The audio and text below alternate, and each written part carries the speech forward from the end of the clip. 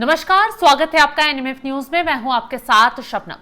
जो पाकिस्तान भारत को गीदड़ भभकी देते हुए कहता था कि अगर हमारा पानी रोका तो खून की नदियां बहा देंगे, उस पाकिस्तान ने आज देखिए खुद ही घुटने टेक दिए हैं।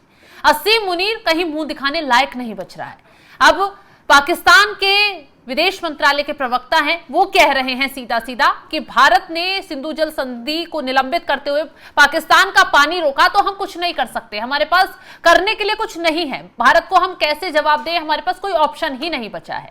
अब क्यों जो पाकिस्तान एक वक्त पर हेकड़ी भारत को दिखा रहा था, अचानक वो घुटनों पर आ गया। आज इसी पर चर्चा करेंगे। चर्चा के लिए मेरे साथ वरिष्ठ पत्रकार पंकज प्रसून जी जुड़े हुए हैं। सर, आपके पास आऊं उससे पहले उनका एक बयान सुनवा देती हूं जो काफी वायरल हो रहा है।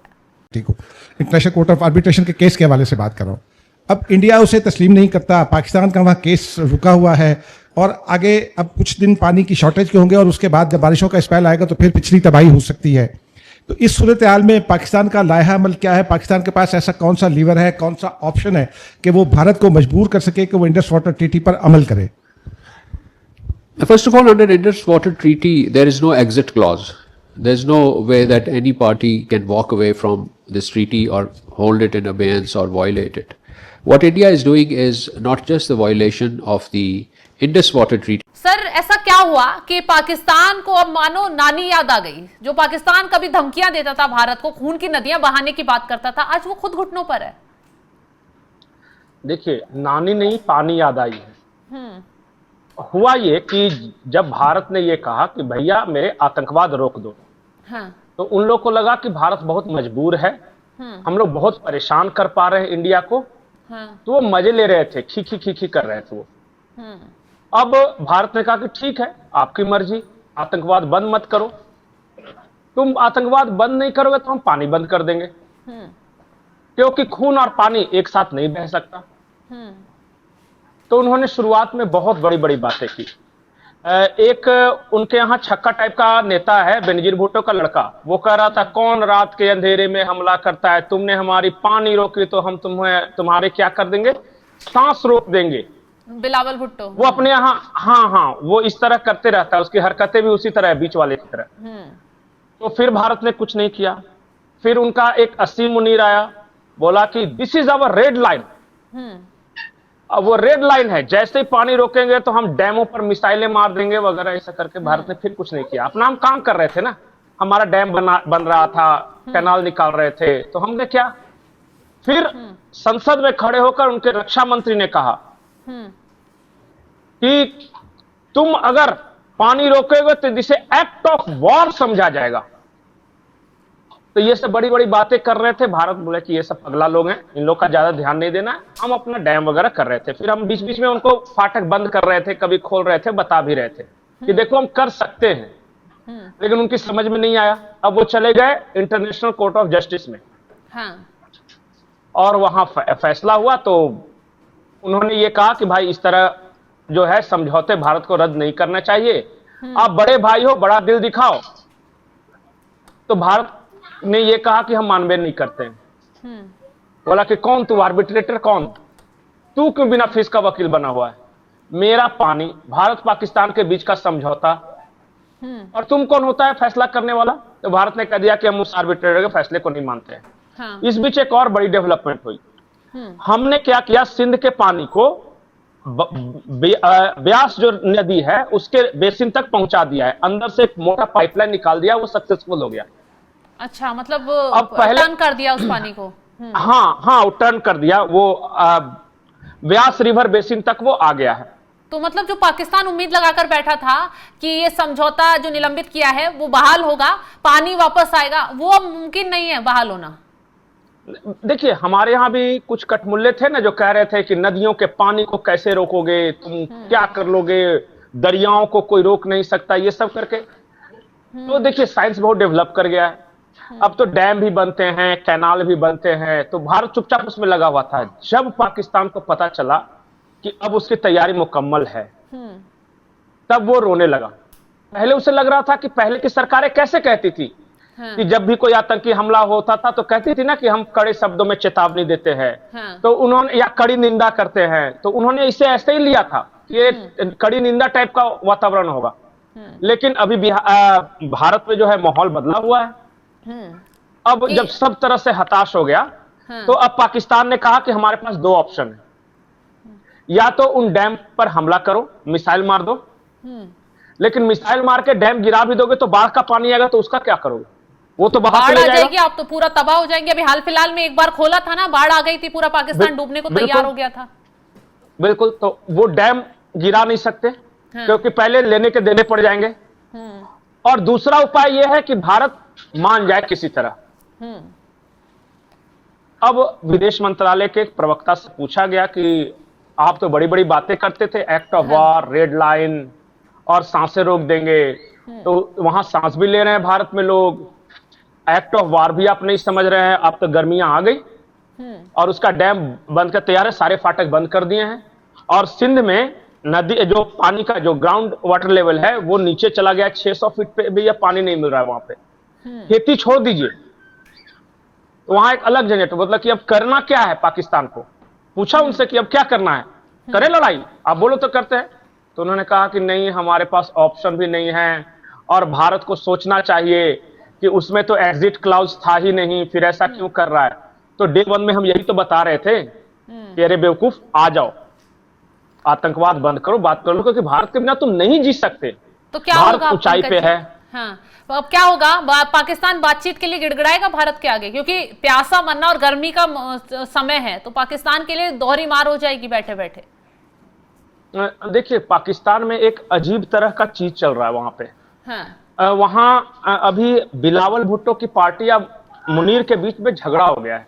हाँ। जरदारी जो है ना, जरदारी को अपने अनुसार वो नचाने की कोशिश कर रहा था, और जरदारी पुराने पॉलिटिशियन ठहरे, वो पट कमीशन वगैरह ले रहे थे, सारा बेईमानी का वो धंधा चल रहा था। इस बात को लेकर ये हो गया है। तो मुस्लिम मुनीर चाहता है कि सिंध में स्थितियां बहुत खराब हों, क्योंकि सिंध में कौन सी पार्टी है? पीपीपी, पाकिस्तान पीपुल्स पार्टी, जो कि बिलावल भुट्टो और उसके फादर जरदारी की पार्टी है।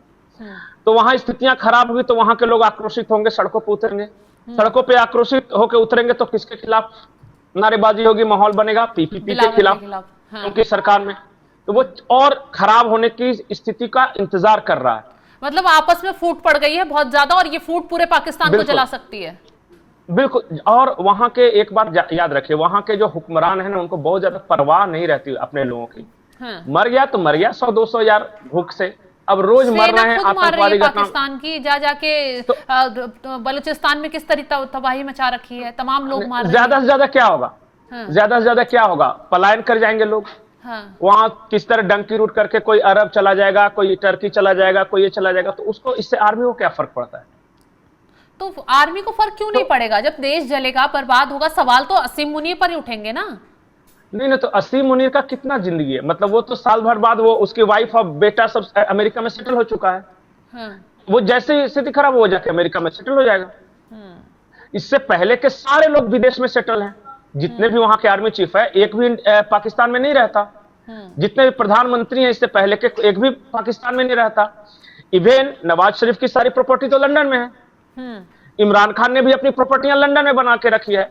ये बिलावल भुट्टो अपनी जिंदगी का ज्यादातर हिस्सा लंदन में गुजारता है, तो वो क्यों परेशान रहे?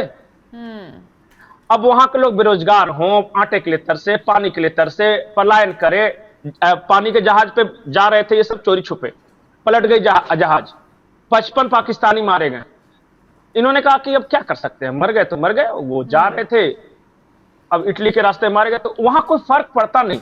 तो पाकिस्तान का होगा क्या? हालात सुधरेंगे या फिर यही दौर देखने के लिए मिलता रहेगा लोगों को? यही सब झेलेंगे? सेना अपना राज चलाएगी, अपनी जेबें भरेगी, नेता हाथ खड़े कर देंगे कि भाई हम तो कोई सॉल्यूशन किसी चीज का निकाल नहीं सकते, आतंक बढ़ेगा। देखिए, पाकिस्तान के बारे में हमेशा बोलता हूं कि वो प्रोजेक्ट ब्रिटेन था। मतलब कि वो भारत में धार्मिक विद्वेषता बढ़ाकर एक अलग देश उसने ले लिया, ताकि भविष्य में उस देश का हम इस्तेमाल कर सके अपने खातिर। कभी चाइना के खिलाफ इस्तेमाल कर सके, कभी इंडिया के खिलाफ, तो अभी ईरान के खिलाफ, तो अफगानिस्तान के खिलाफ। तो एक उनका ऐसा पेट चाहिए था, तो वो प्रोजेक्ट था उनका। लेकिन वो कभी एक कंट्री नहीं बन सका। बहुत तरह की वहां क्राइसिस थी, जैसे कि वो देश मानते नहीं थे। जैसे एक बलूच और एक पंजाबी, दोनों बिल्कुल अलग अलग। पंजाबी हजारों सालों से वो दिल्ली, अमृतसर और लाहौर सब एक तरह की यूनिट थी वहां पे, और बलूच लोग कभी इधर आते नहीं थे। जो पश्तून लोग थे उनका अफगानिस्तान वगैरह से वास्ता था, वो काबुल वगैरह जाते थे। सिंधी व्यापारी लोग थे और वो क्या करते थे कि Mumbai and Karachi are sister cities, और वहां से सारे समंदर के रास्ते व्यापार होते थे। जब सिंध को, पंजाब को, बलूचिस्तान, खैबर पख्तूनख्वा को मिलाने लगे लोग, तो एक दूसरे को देखते थे कि ये कौन विदेशी आ गया। उनको कोई ऐसा नहीं और सब मिला के कह दिया कि ये पाकिस्तान है। तो वहां एक आइडेंटिटी क्राइसिस है। जो सिंध और पंजाब के रहने वाले लोग हैं, वो अपने आप को उनके पूर्वज इंडियंस, और वो अपने आप को हमारे लीनिएज से, हमारे रूट से वो एसोसिएट करते हैं। जो पश्तून है वो अफगानिस्तान से अपना रूट निकालते हैं कि हम वो चाहे जो भी उनका जैसा रहे। जो बलूच हैं उनका और ईरान के सिस्तान प्रांत वालों का अपना रिलेशन है। तो दिलों से इतने कटे हुए हैं एक दूसरे के कि कोई फर्क नहीं पड़ता। अगर एक पंजाबी अगर 10, 20, 50 मारा जाए तो बलूच या पश्तून को कोई फर्क नहीं पड़ता, या सिंधी को। हाँ, वो सिंधियों को अगर कुछ हो जाए तो पंजाबी जश्न मनाते। तो ये वहां का है। तो वो नाम का एक देश है, लेकिन जहनी तौर पे बिल्कुल जुदा जुदा है। और जो वहां पे राज कर रहे हैं वो पंजाबी लोग राज कर रहे थे, क्योंकि इनके पास पैसे थे, इनके पास जमीनें थी, इनकी जमीनें उपजाऊ थी, तो सब कुछ ये था।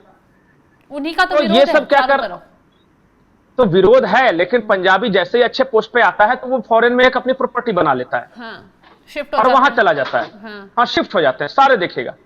तो जो बचा खुचा, जो झुग्गी झोपड़ी वगैरह रह गया, वही पाकिस्तान, लोअर क्लास। बस यही है वहां पे।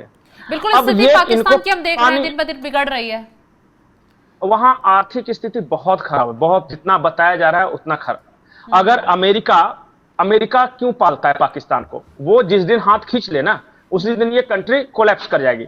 लेकिन अमेरिका को भी जरूरत है कि इस खित्ते में 10-20 करोड़ ऐसे लोग रहें जो कि उनके लिए मरने के लिए तैयार हों। वो कभी चाइना के खिलाफ इस्तेमाल कर सके, कभी अफगानिस्तान के खिलाफ, कभी ईरान, कभी इंडिया के खिलाफ। तो और वहां का एजुकेशन सिस्टम ऐसा बनाया है ना, जहां वो बहुत ज्यादा मॉडर्न क्लासेस नहीं है पाकिस्तान में। वो ज्यादातर 70 to 80% लोग मदरसे में शिक्षा प्राप्त करते हैं, जहां पे रिलीजन सिलेबस के रूप में तो पढ़ाया जाता है।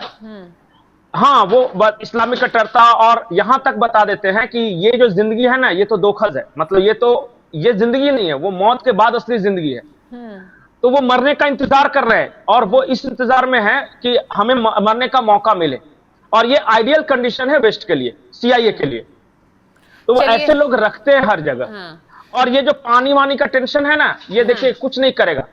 अंत में भारत को ही रहम खाकर, जैसे क्या हुआ था पाकिस्तान में, भूकंप आया था या फ्लड आया था, तो इंडिया को मदद करनी पड़ी। हमें पता है कि वो दुश्मन है, लेकिन फिर ये भी सोचते हैं कि यार 50, 60, 70 साल पहले तो यही थे ना, अब छोड़ो, जाओ, दे दो कुछ खाना दे दो, कुछ पानी छोड़ देते हैं। अब दौर बदल चुका है पंकज जी, अब वो दौर नहीं रहा। पाकिस्तान को कई बार समझाने की कोशिश की, प्यार से भी और गुस्से से भी, हर बार समझाया, लेकिन पाकिस्तान ने क्या किया? बेवजह हिंदुस्तानियों पर आंख उठाई, आतंकवाद यहां पर फैलाने की कोशिश की।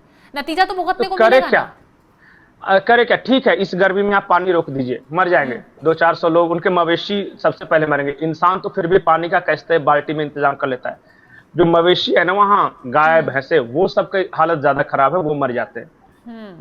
अब बारिश आएगी तो भारत अपना फ्लड गेट खोलेगा, तो बाढ़ भी आएगा वहां।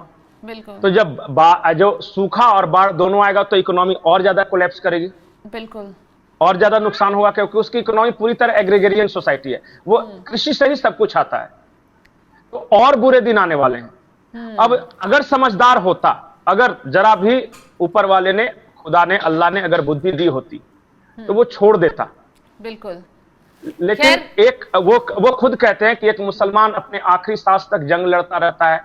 वो मैंने पूछा कि किस से, तो बोला किसी से भी। मैंने कहा कि नहीं, किसी से तो जंग लड़ता होगा ना, तो नहीं, काफिरों से लड़ता है। मैंने कहा ठीक है, जहां काफिर नहीं है, आपके यहाँ तो सब कोई मुसलमान है, तो नहीं, फिर हम शिया सुन्नी वगैरह फिरकों में लड़ते हैं। तो बोला कि नहीं, फिरके भी जहां नहीं हो, सब एक ही हो। नहीं तो सुन्नी में लड़ते हैं, बरेलवी और देवबंदी में। बोला चलो सारे मान लिया कि देवबंदी हो, तब क्या लड़ेंगे? तो बोला फिर हम ढूंढ लेते हैं, और हाँ, जब कोई नहीं बचता तो हम खुद से लड़ते हैं। तो जिसकी फितरत ही ऐसी हो कि आखिरी सांस तक एक मुसलमान लड़ता रहता है, तो उसको कैसे आप लड़ने से रोक सकेंगे?